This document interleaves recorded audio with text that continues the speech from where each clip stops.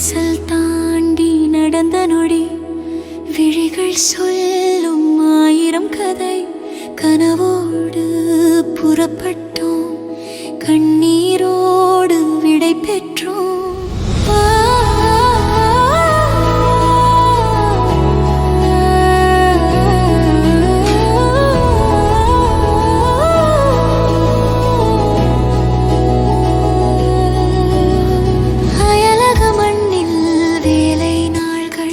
அழுத்தம், தனிமை, மௌனவலி, உழைப்பே மொழியான உலகத்தில் உறவின் வெப்பம் தொலைந்த நொடி.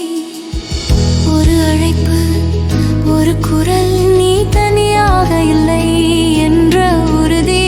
தூரம் இருந்தாலும் தாய் போல நீ, துன்பம் வந்தால் துணையாய் நீ. உலகம் எங்கும் வாழும் தமிழர்க்கு